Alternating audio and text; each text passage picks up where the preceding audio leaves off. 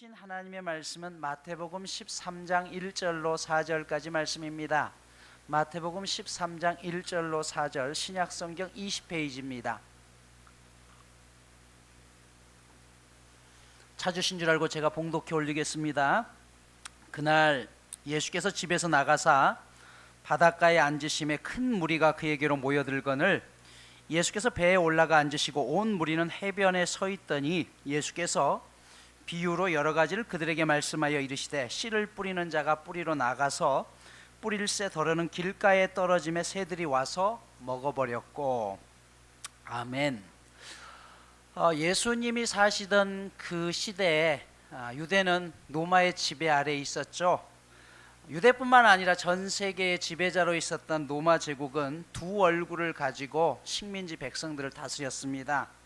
하나는 가공할 만한 군사력이었죠. 로마의 힘에 대항할 수 없는 강력한 힘이 있었습니다. 반면에 또 하나는 로마는 전 세계 평화를 위해서 노력한다라는 것을 보여주었습니다. 그래서 무질서한 세상을 우리가 힘으로 정복해서 질서를 부여하고 사회적인 기반 시설이 필요하다면 도로를 닦아서 그 모든 것들을 만들어서 모두가 함께 잘 사는 나라를 만들겠다. 그러니 제국들이여 나를 따르고 로마 황제에 경배하라라고 이야기를 하죠. 하지만 그렇게 표면적인 이유를 내세웠지만 팔레스타인 난민들의 삶은 비참하기 짝이 없었습니다.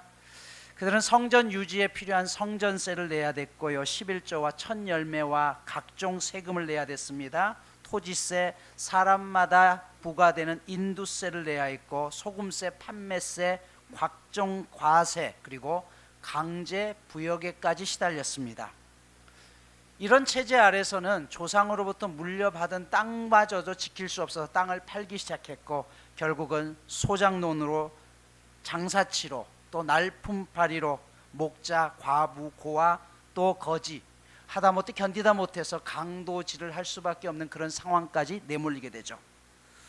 예수님은 이런 과정 속에서 스스로 힘을 통해서 강한 자만이 살아남고 세계의 질서를 유지시킬 수 있다라고 하는 그들을 통해서 세상이 변화되는 것이 아니라 우리가 주변으로 내몰린 것 같고 힘이 없는 것 같지만 연약한 우리를 통해서 세상이 바뀔 수 있다는 것을 가르쳐 주셨습니다. 하지만 이 꿈은 아무리 보아도 실현 불가능해 보였습니다. 우리 같은 백성들이 어떻게 저 강력한 제국에 맞서서 세상을 평화롭게 할 수 있을까? 세상이 너무 버겁고 너무 커 보였기 때문이죠. 그러자 예수님께서 오늘 이 비유를 그들에게 말씀합니다. 한 농부가 밭에 나가서 씨앗을 뿌리죠. 이 씨앗이 바람에 흩날려서 어떤 씨앗은 길가로, 어떤 씨앗은 돌밭으로, 어떤 씨앗은 가시덤기 속에, 또 어떤 씨앗은 옥토에 뿌려진다는 것이에요. 그런데 길가에 떨어진 씨앗은 새들이 와서 먹어버리고 돌밭에 뿌려진 것은 뿌리가 깊지 못하니까 말라서, 햇볕이 나면 말라서 죽어버리고, 가시떨기에 떨어진 씨앗 역시 가시의 기운이 너무 크다 보니까 자라지 못해서 죽어버린다는 것이에요. 하지만 예수님은 한 가지를 이야기합니다. 좋은 땅에 떨어진 씨앗. 누가는 좋은 땅에 떨어진 것은 바르고 착한 마음으로 말씀을 듣고서 그것을 굳게 간직하여 견디는 가운데 열매 맺는 사람들이라고 마가복음에서 이야기합니다. 이들은 흙이 부드러운 가슴으로 씨앗을 품어서 거기에서 시간이 지나면서 열매를 맺듯이 이 세상은 강력한 힘을 가진 사람들에 의해서 평화가 되는 것이 아니라 섬기고 나누고 헌신하는 사람들을 통해서 이 땅에 진정한 평화가 올 수 있다는 것을 그들에게 말씀하는 것이에요. 자, 그것이 어떻게 가능할까요? 여러분, 씨 뿌리는 비유에서 열매 맺을 수 있는 확률은 25%입니다. 4가지의 밭이 나오죠. 3가지는 열매를 못 맺어요. 그렇죠?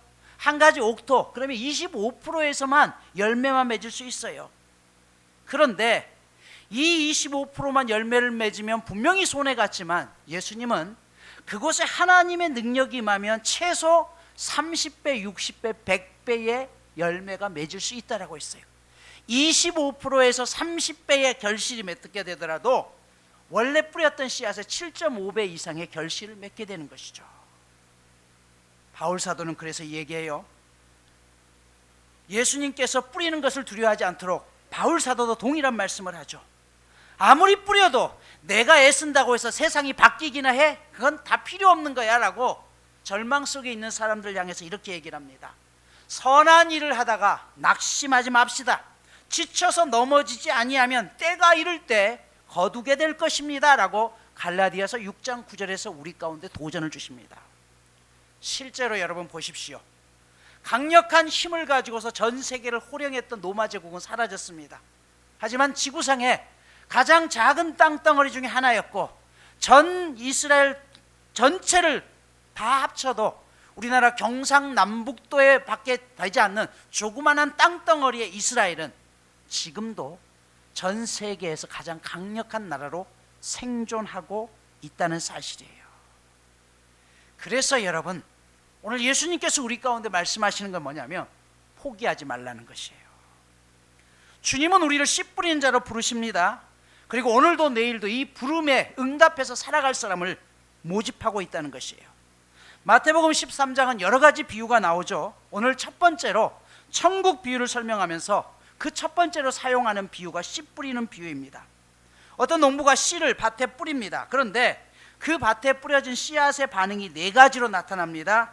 첫 번째가 길가의 밭에 뿌려진 씨앗입니다. 그런데 오늘 이 비유를 예수님이 설명하시면서 비유의 내용을 정확하게 설명해요.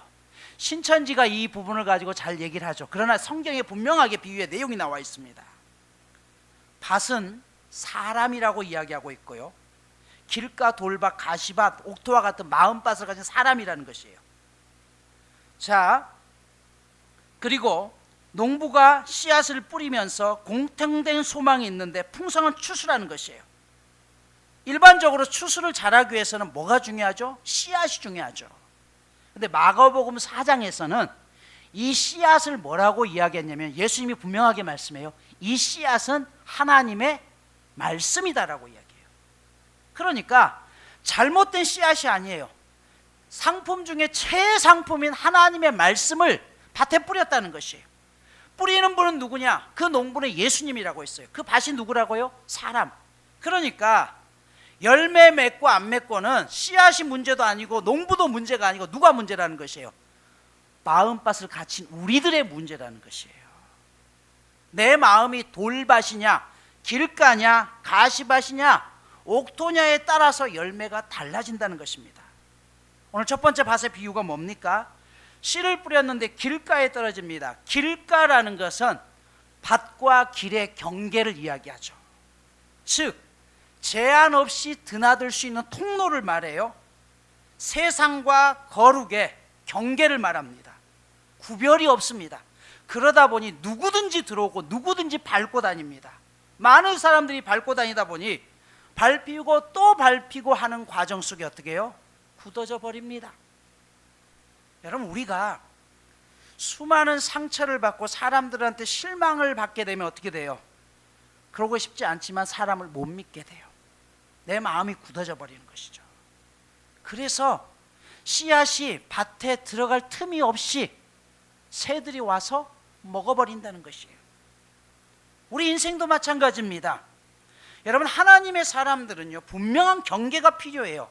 세상과 신앙의 경계가 없으면 절대 신앙 안에서 잘하지 못합니다. 창세기를 하면서 이 부분을 말씀드렸습니다마는 에덴 동산, 동산이라는 건 가든, 영어로 가든이라는 뜻은요, 이 가든은 뭘 이야기하냐면 울타리가 있는 동산을 가든이라고 이야기해요. 에덴 동산이라는 것은 그냥 뜰이 아니라 울타리가 쳐져 있는 뜰이라는 것이에요. 여러분, 왜 에덴 동산에 울타리가 쳐져야 될까요? 그것은 세상의 기준이 오면 무너져 버리기 때문에 그런 것이죠. 예수 믿는다는 것은요, 우리가 세상 가운데 살지만 세상과 절대 양보할 수 없는 울타리가 쳐져 있어야 되는 것이에요. 교회가 무너지는 이유는요, 교회 안이나 밖이나 경계가 없기 때문에 그렇습니다. 여러분, 넘지 말아야 될 선이 있어요. 선악과는 인간이 넘지 말아야 될 울타리입니다. 인간이 선악과를 따먹은 순간 어떻게 했어요? 선과 악의 기준이 내 안에 들어온 거예요. 그래서 어떻게 해요? 내가 선과 악을 판단하기 시작했어요. 판단하면서 정죄하기 시작했다는 것이에요. 여러분, 가인이 동생 아벨을 왜 죽였습니까? 그가 판단했죠. 하나님, 왜 동생의 예배는 받으시고 내 예배는 안 받으셔요? 어떻게 하나님이 이럴 수가 있어요? 판단하기 시작했죠.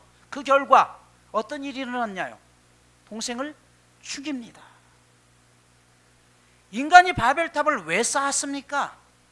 홍수로 세상을 멸망시키니까 어쭈? 하나님 웃기네?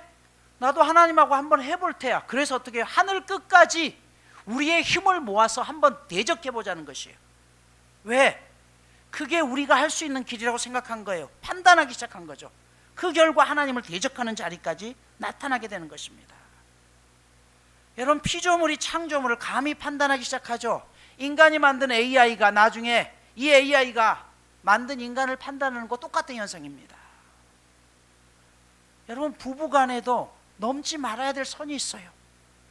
그 경계가 없다 보면 가정이 깨지는 것이죠. 친구간에도 넘지 말아야 할 선이 있다는 것이에요. 구원은요, 아무 대가 없이 은혜로 주어지지만 우리가 그것을 지키려고 노력하지 않으면 우리의 것이 절대 되지 않습니다. 즉, 믿음에는 반드시 하나님의 뜻을 이루고자 하는 수고가 필요해요. 여러분, 여리고성이 어떻게 무너졌나요? 여리고성을 무너뜨리신 분은 하나님입니다. 그렇죠? 하지만 인간에게 그냥 잠만 자고 있으라고 했나요? 기다리라고만 했나요? 아니요. 우리에게 필요한 수고가 있었어요. 그게 뭐였어요? 매일 성을 한 바퀴씩 돌라는 것이에요. 이게 우리에게 하나님께서 맡겨신 그 성이 무너지는 것을 너희가 경험할 때 그냥 도는 것이 아니라 아무 말도 하지 말고, 하고 싶은 말이 있어도 참고 입을 닫고 내가 하라는 대로 순종해라. 이게 우리의 결단인 것이에요. 그리고 난 다음에 하나님께서 여리고성을 무너뜨렸다는 것이에요. 우리는 믿음도 은혜도 그냥 하늘로부터 주어지는 것이라고 생각합니다. 아니요. 지켜내지 않으면 절대 이 은혜를 깨달을 수 없습니다.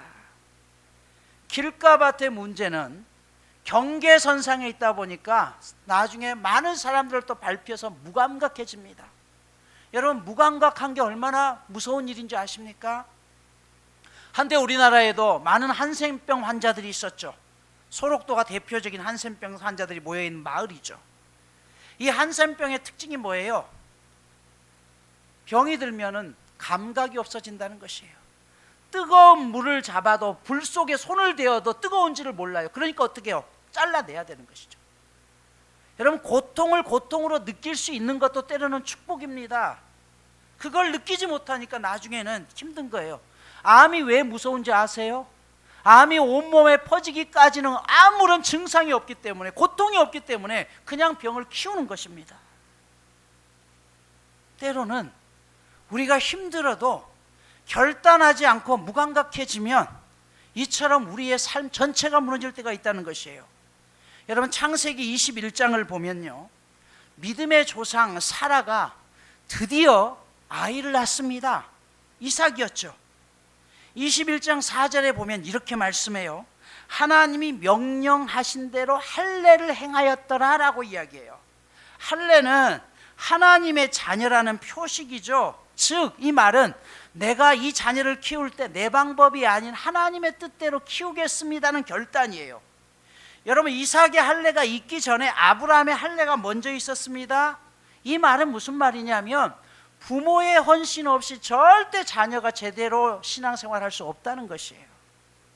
여러분, 부모가 신앙을 지켜내려고 노력하지 않으면 자식들은 절대 따라오지 않습니다. 여러분들이 한번 정말 가슴에 손을 얹고 한번 생각해 보십시오. 지금 자녀들 가운데 신앙생활을 제대로 하지 않는 자녀들이 있다면 교회에서 교회 교육을 제대로 안 시켜서인가, 아니면 부모인 내가 그들에게 신앙의 모범을 보이지 못한 것은 아닌가, 분명하게 여러분 살펴보셔야 됩니다. 우리가 주님을 제대로 따라가면요, 우리 자녀들은 말하지 않아도 제대로 따라옵니다. 자, 동일한 복문이었던 창세기 22장 8절을 보면 이삭이 자라서 젖을 뗄 때가 되었을 때 아브라함이 큰 잔치를 베풀었다고 하죠. 유대인들은 아이가 젖을 떼고 나면 고비를 넘겼다고 해서 큰 잔치를 벌입니다. 보통은 젖을 떼는 게 우리처럼 빠른 게 아니라 빠르게는 3살에서 4살, 늦게까지는요 6살에서 7살까지 젖을 먹습니다. 사무엘상 1장에 보면 한나가 아이를 주시면 하나님 앞에 바치겠다라고 서원을 합니다. 그리고 그렇게 해서 낳은 아들이 누구예요? 사무엘이죠. 성경에 보면 젖을 떼자마자 이 아이를 어떻게 해요? 제사장에게 성전에 갖다 바쳤다라고 했어요. 그러면 돌이 지난 아이를 갖다 주면 아이가 살 수 있어요? 아니요.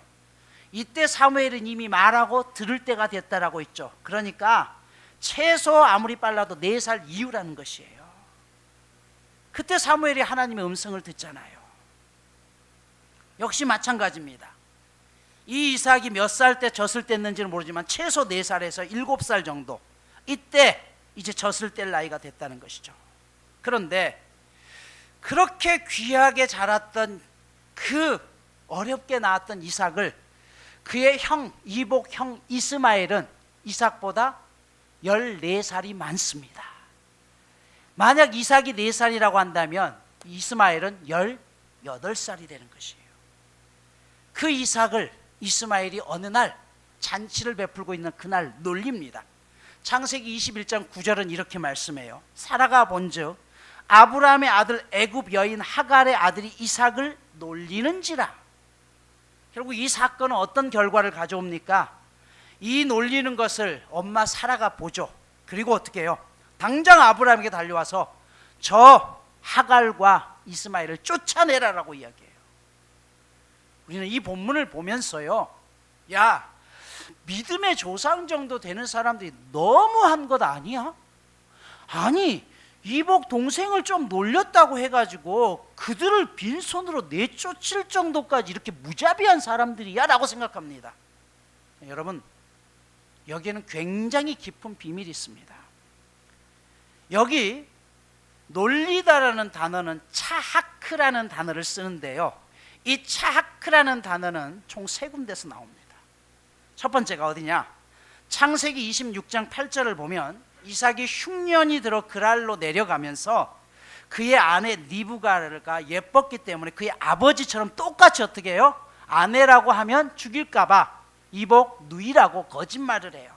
그런데 어느 날 아비멜렉 왕이 창문을 통해서 보았는데 이삭이 자기 아내를, 그러니까 리브가를 껴안고 있는 걸 보죠. 그리고 나서 아비멜렉이 뭐라고 이야기해요? 창세기 26장 보면 네가 나를 속였다.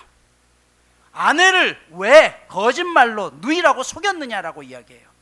그럼 여러분, 남매 간에 껴안으면 안 되나요? 그게 이상한 건가요? 아니요. 얼마든지 여러분 누나 동생 간에 껴안을 수 있어요, 없어요? 있잖아요. 근데 여기 껴안는다는 단어가 차하크라는 단어를 써요. 이 차하크라는 단어는 남녀만이, 부부만이 할 수 있는 스킨십이 있었다는 것이에요. 아시겠습니까? 그냥 껴안는 것이 아니라 아비멜렉으로 창문으로 봤는데 부부들만 할 수 있는 진한 스킨십이 있었다는 거예요. 그래서 저놈이 나를 거짓말 시켰구나, 동생이 아닌데 나보고 마누라를 거짓말했구나라고 해서 아비멜렉이 결국 이들을 쫓아냅니다. 또 한 번 나오는 게 창세기 39장에 나옵니다. 요셉이 보디발의 집에 팔려갑니다. 그런데 이 요셉을 보디발의 아내가 좋아하죠. 나랑 자자. 어느 날 아무도 없을 때 어떻게 해요? 와가지고 이때는 본격적으로 정말 오늘 자야 돼. 그래서 요셉이 어떻게 해요? 겉옷을 벗어놓고 도망갑니다. 나중에 이 보디발의 아내가 열이 받아가지고 요셉을 어떻게 해요? 고발하죠. 창세기 39장 14절 이렇게 나와 있습니다. 당신이 우리에게 데려온 히브리 종이 나를 희롱하려고 내게로 들어왔으므로 내가 소리를 질러 불렀더니 그가 그의 옷을 내게 버려두고 도망하여 나갔습니다. 여기 희롱이라는 단어 역시 차크라는 단어를 써요. 이게 뭐예요? 저놈이 나를 간음하려고 했다는 것이에요. 그렇다면 오늘 이스마엘이 이삭을 놀렸다라는 말, 여기도 차하크라는 단어를 쓰고 있습니다. 여러분, 이스마엘이 이삭이 낳기 전까지 지난 14년 동안은요 그가 아브라함 집안의 장남이었습니다. 대를 이을 사람이었어요. 그런데 이삭이 생기면서부터 어떻게 해요? 후계 구도가 완전히 바뀝니다. 그래서 이미 18살 이상 되었던 이 이스마엘이 어떤 생각을 했을까요? 학자들은 이야기해요. 그냥 놀리는 것이 아니라 이삭의 성기에 대한 위해를 가하려고 한 것을 사라가 보았다는 것이. 그래서 더 이상 놔두면 안 되겠다라고 해서 강력한 제재를 취하게 되죠. 그게 뭐예요? 쫓아내는 것이었습니다. 이 일에 대해서 아브라함이 쉽게 결단을 내리지 못해요. 아무리 그래도. 그러자 하나님이 뭐라고 했어요? 네 아내의 말대로 하라라고 알려주시죠. 나중에 갈라디아서 4장 28절은 이 사건을 이렇게 고백합니다. 형제들아, 너희는 이삭과 같이 약속의 자녀라. 그러나 그때 육체를 따라 난 자가 성령을 따라 난 자를 박해한 것 같이 이제도 그러하도다. 그러나 성경이 무엇을 말하느냐? 여종과 그 아들을 내쫓으라. 여종의 아들이 자유 있는 여자의 아들과 더불어 유업을 얻지 못하리라. 여러분, 육적 열매와 영적 열매는 절대 같이 갈 수 없다는 것이에요. 영의 열매를 맺기 위해서는 육의 열매를 끊어내는 결단이 필요하다는 것입니다. 결국 하갈과 이스마엘을 쫓아내죠. 이게 쉬운 일이 아닙니다. 어찌됐든 피붙이잖아요. 하지만 잘라내야 될 것은 잘라내야 돼요. 여러분, 우리가 하나님을 믿을 때 이런 영과 육의 경계가 있을 때가 있습니다. 그때 영적인 삶을 위해서는 힘들더라도 반드시 육적인 것을 끊어내야지만 하나님 앞에 쓰임받을 수 있다는 것이에요. 오늘 말씀을 마무리합니다. 오늘 천국의 비유 가운데 첫 번째가 길가 밭에 뿌려진 씨앗의 비유입니다. 길가라는 것은 밭과 길의 사이라고 했죠. 제한 없이 드나들 수 있는 통로입니다. 거룩과 세상의 경계입니다. 구별이 없습니다. 그러다 보니 많은 사람들이 밟고 지나갑니다. 굳어지게 되고 열매 맺지 못해서 새들이 와서 먹어버리는 곳입니다. 우리가 결단하지 않으면 절대 열매 맺지 못합니다.